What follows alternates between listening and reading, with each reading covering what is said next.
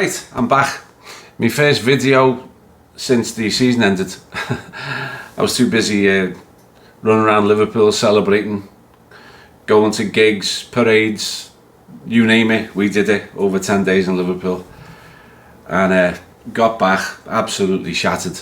I've just been watching with interest. It's all transfer speculation at the moment, and I wasn't going to try and milk them every day, talking about, you know, this journalist said this and this journalist said that. But I think we've got to a point now where things are looking pretty solid with all the transfers. So I'm actually going to do this video as if we have already signed a couple of players who are pretty much imminent. So the video was all about the fact that Liverpool are favourites for the title next season already. Now, that's normally the case, to be honest. If you win the title, you're often the favourite for the title the next year just because you were the best last year, so why shouldn't you be the best for the upcoming year? But I think this one's different. I think we're favourites for a multitude of reasons. I'm going to go through them right now. Let's just think about what we did last season.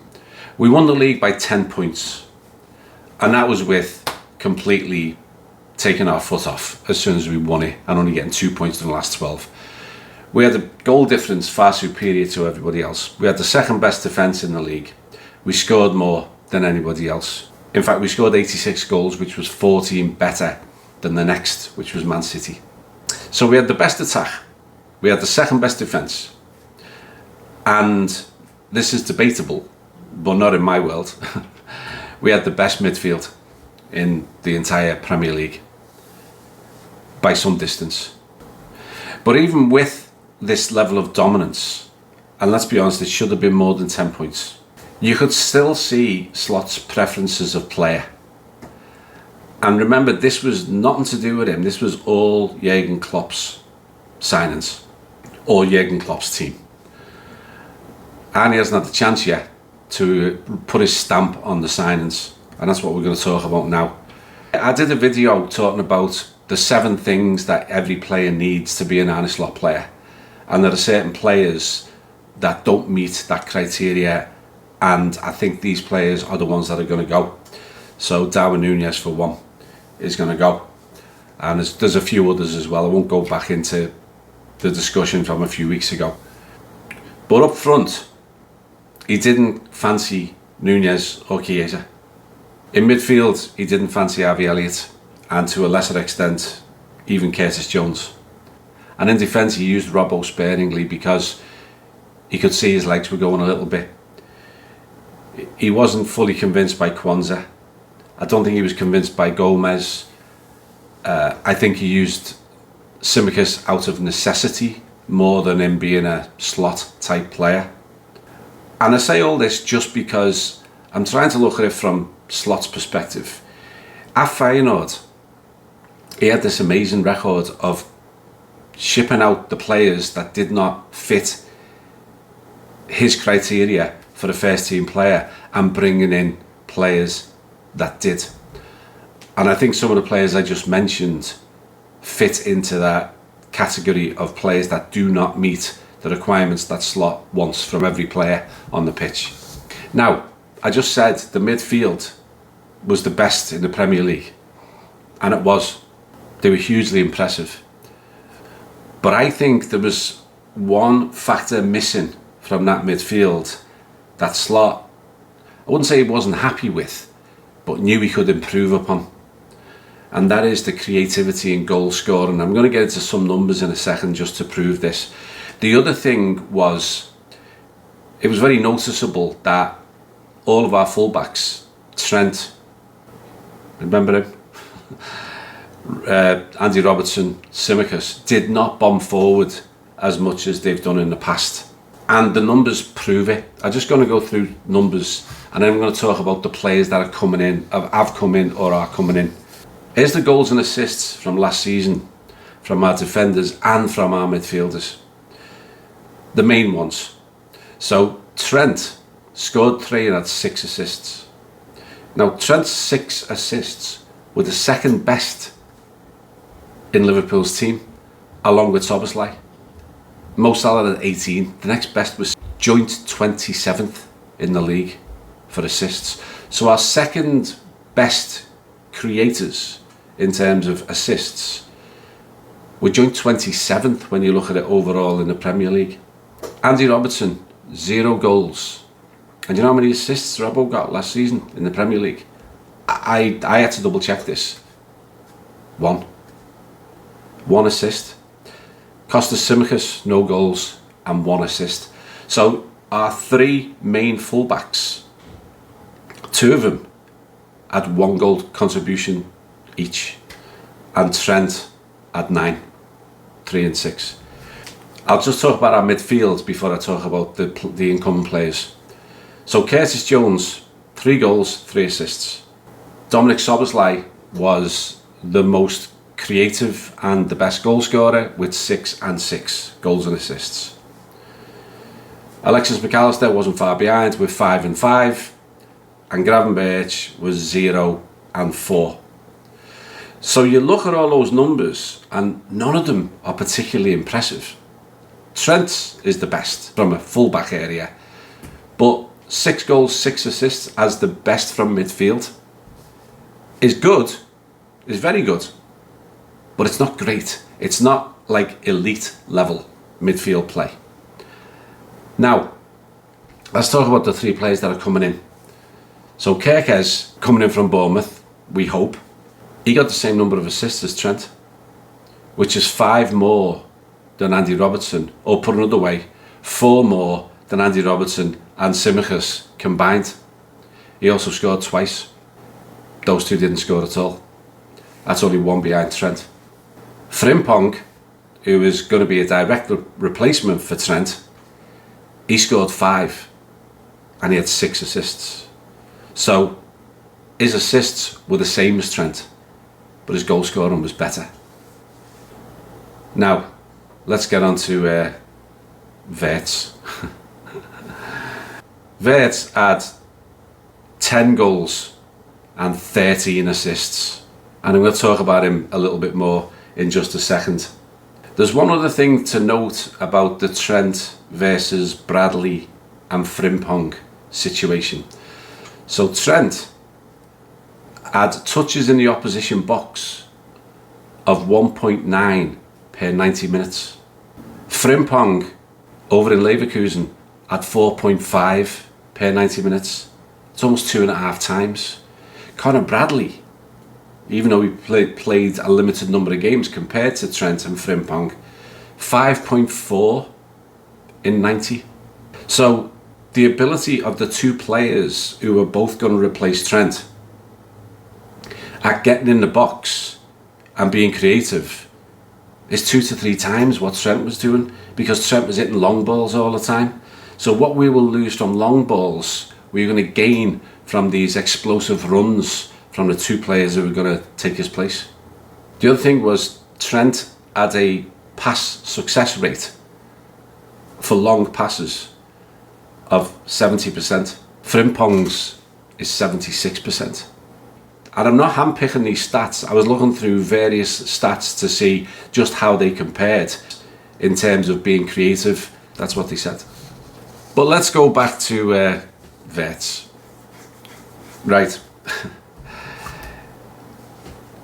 He was 22 in May, so he just turned 22. The Bundesliga Player of the Season for the last 2 seasons at age 21 and 20. His goals and assists, as I mentioned, in 24-25 season were 10 and 13. His goals and assists the season before were 11 and 11. So last season was no fluke. He got these numbers as a 20 to 21 year old. In the Champions League last season, he played 9 games and he scored 6 times. In fact, he scores an average, and he's a midfielder, scores an average of 0.4 goals per game. So basically 1 goal every two games, every 2 and a bit games. And that's true over the course of the last 2 seasons. He scored 34 goals in 94 games in all competitions over the last 2 seasons. I haven't got the number for the total number of assists, but he got 24 just in the league. He also played 17 times for Germany in those 2 seasons, and he scored 7. 3 of those, they weren't against San Marino and Cyprus, and sorry for those countries, but you know, the little teams that often get pummeled. He scored his 7 goals against the likes of Hungary, France, Spain and Portugal. So big games against big countries, and he was still scoring the goals. I think he is the missing link. The link that Slot was willing to break the bank for, to bring in that one piece of the jigsaw in midfield that we don't have. And that is a creative, ball-playing, highly technical, aggressive, high-energy midfielder who can score and create at will. McAllister's a fantastic player, Szoboszlai is a fantastic player, Gravenberch is a fantastic player, but they don't offer that. Not to these levels. And he is going to be the missing link next season. He is going to scare opposition to death. In fact, in prep for this video, I went onto a few of the opposition YouTube sites to see what they were saying, and they're scared to death. They really think that this one could well be the thing that where Liverpool take it to the next level, a level that they don't want us to get to because they're already playing catch up. He is that good. He was the Bundesliga Player of the Year for 2 years in a row as a kid. That just tells you. He can play as an attacking midfielder. He can play as a false 9, where I think we will see him this season. And he can also play as a winger. He's probably, and in many people's eyes, the best attacking midfielder in the world. And we've got him. And I want to talk about that in a second as well when it comes to the transfer policy. More broadly, this signing of Wirtz is a statement of intent by Arne Slot and by Liverpool Football Club. These 3 have been hand-picked because they have those 7 factors I talked about in my earlier video. Someone actually wrote a comment in one of my videos and said there's an 8th, and it's like they have to stay fit. And it was a great point, because Slot doesn't really want to know you if you can't stay fit. And all 3 of these players, Kerkez, Frimpong and Wirtz, were all virtually ever present last season. The other thing that proves what a statement of intent this is that Liverpool are not known for breaking transfer records. In fact, since 1892, do you know how many times we have broken the transfer record? Once.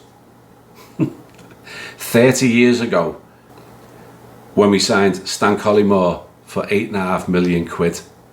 That's the only time we have broken the transfer record. Wirtz is going to be the second time that we break it. And why can we break it? It's because there has been brilliant fiscal management by FSG in general, and Jurgen Klopp, and now Slot as well, who's going to do the same thing. Let me explain what I mean by that, because people get stuck on this. Oh my God, they're spending 110, 120 million on one player, splashing the cash. Here's the fiscal management that we've had. These are the players that have been signed over the last 4 seasons. Szoboszlai, 59 million. This in pounds. McAllister, 33 million. Endo, 17 million. Gakpo, 36. Luis Diaz, just over 40. Kanate, 34. Gravenberch, 34. Frimpong, I'm going to include him, 33. And the one big outlier, the one that hasn't worked, Darwin Núñez, for 72. That all adds up to about 360 million quid that we've spent over 4 years.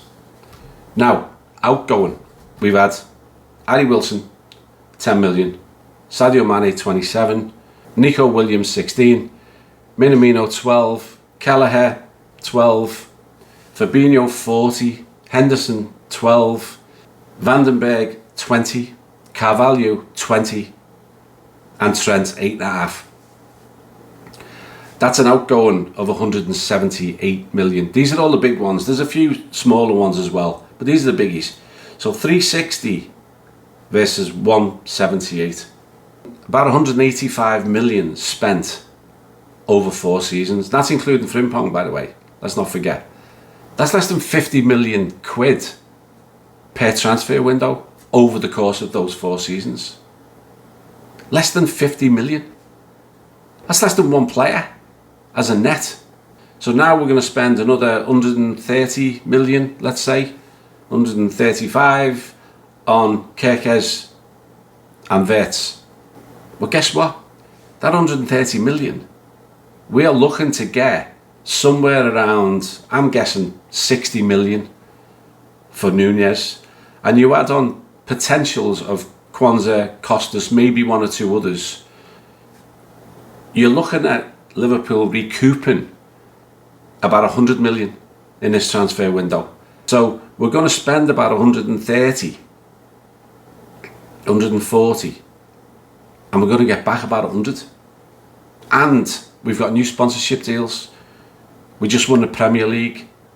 We're in the Champions League again. We did Champions League last season. So while 130 million on its own looks like this massive sum, which it is on its own, but it's not when you put it into context of the fiscal spending and the financial management that has been going on. We've done all this by spending about 45 to 50 million quid net per season for the last 4.5 seasons. And in this time, with that net spend, we have brought in Kanate, McAllister, Szoboszlai, Gravenberch, Gakpo, Diaz, Endo, and Frimpong. And now we're going to add Wirtz and Kerkez. They are in addition to the players that we already had, where we got Alisson and Virgil for the Coutinho money. We got Salah for about 35 million. We got Jota for about 35 million. That's virtually the whole top class squad right there. That's the team, almost. That's the bulk of them that won us the league. And that net spend of 45 to 50 million per season has given us our second league title in the last 6 years. And by the way, there's only been 2 winners of the league in the last 8 years. Also Man City. In 6 of those 8 seasons, we finished first twice, second twice, and third twice. Which, by anyone's measure, of course we'd like to have won it a few more times, which we would have if we went up against a bunch of cheats. But 2 second place, 2 third place, and 2 titles. And we're currently the strongest squad that there is. And that's the biggie. That is the biggie. After all of that wheeling and dealing, after all that frugal spending on the likes of McAllister for an absolute bargain, and Endo for a bargain, and many others who, worth far more than what we paid for them now, it's resulted in the best and the deepest squad in the entire Premier League. Arne Slot is in the process of building a team that is the most highly technical, most disciplined, most effective team in world football. That's his aim, that's his goal, and that's what he's up to. And that's why certain players are leaving, and that's why 3 players who are masters of what they do are coming in to add to those players that he inherited, but he knows are absolutely top notch. We're going to have a team that is highly technical and the masters of their position on the pitch. All of them, all 11, are going to be better than the oppositions. We've already got the best goalkeeper in the world, the best central defender in the world, the best right winger in the world. And a lot would say we've also got the best defensive midfielder in the world, at least one of them. McAllister, one of the best midfielders in the world. Szoboszlai on his way to becoming, he's top class. He's not world class yet, he's not, I'll admit that. but he's on his way. He's going to get better under Slot. But we're adding to that. We're adding Frimpong now, who is considered one of the best right backs in the world. We're adding Wirtz, who is undoubtedly considered the best attacking midfielder in world football. So we've got world-class talent all over that pitch. So it's the most highly technical, it's the most balanced, and it's the most versatile. And you know what? It's also really quite young. We've got 5 players who are over 30. Alisson's 32. He's a goalkeeper, he can go on for another 6 years. Virgil's 33. Salah will be 33 soon. Robbo's 31, Endo's 32. Out of those, you know, absolutely, undoubtedly, Alisson, Virgil and Mo they're all world class. That's why they're still with us. The other 2, Robertson is going to be under pressure now from Kerkez, and we know what Endo's role is as a 32-year-old. He's a closer, and he's going to continue to be a closer. The rest of them, Konate's 26, Curtis 24, Conor Bradley 21, Gravenberch's 23, McAllister 26, Diaz and Jota both 28, Szoboszlai's 24, and Gakpo is 26. So you put all this together, is there any surprise that we are favourites? I'm not going to sit here and say we are going to win the league absolutely for sure. You can not say that ever. But I tell you what, I'm very confident. I'm very, very confident. I look around at the others, and I might do a video on the others, where they're at. But there's one final thing I just want to mention. I actually think, you know, when we won 2, came second twice, came third twice over those 8 seasons, I think one player for Man City made all the difference in them pipping us. I won't talk about the 115 charges. This player has been world class, and he's been a difference maker, and that's Kevin De Bruyne. If we'd have had Kevin De Bruyne and they didn't have Kevin De Bruyne, I think we'd have won 6 of the last 8. That's how good he was. But he's gone. But I think that Wirtz is going to be our Kevin De Bruyne. Not in terms of the same style of play, but in terms of the influence he is going to have, the things that he is going to do, the creativity he's going to give us, the goals and assists, and unlocking defences that we've sometimes struggled with. He's going to be the key player. The elite signing of the summer by absolutely anybody. Liverpool Football Club have got that great a reputation now that the world's greatest midfielder is saying no to Man City, and he's saying no to Bayern Munich, and he's coming to Liverpool. The last thing to say is, yes, City and Arsenal, who are really the only 2 challengers, they're going to be improving as well. They're going to be trying to improve. They're going to be building, I should say, trying to build a team that is capable of overhauling Liverpool.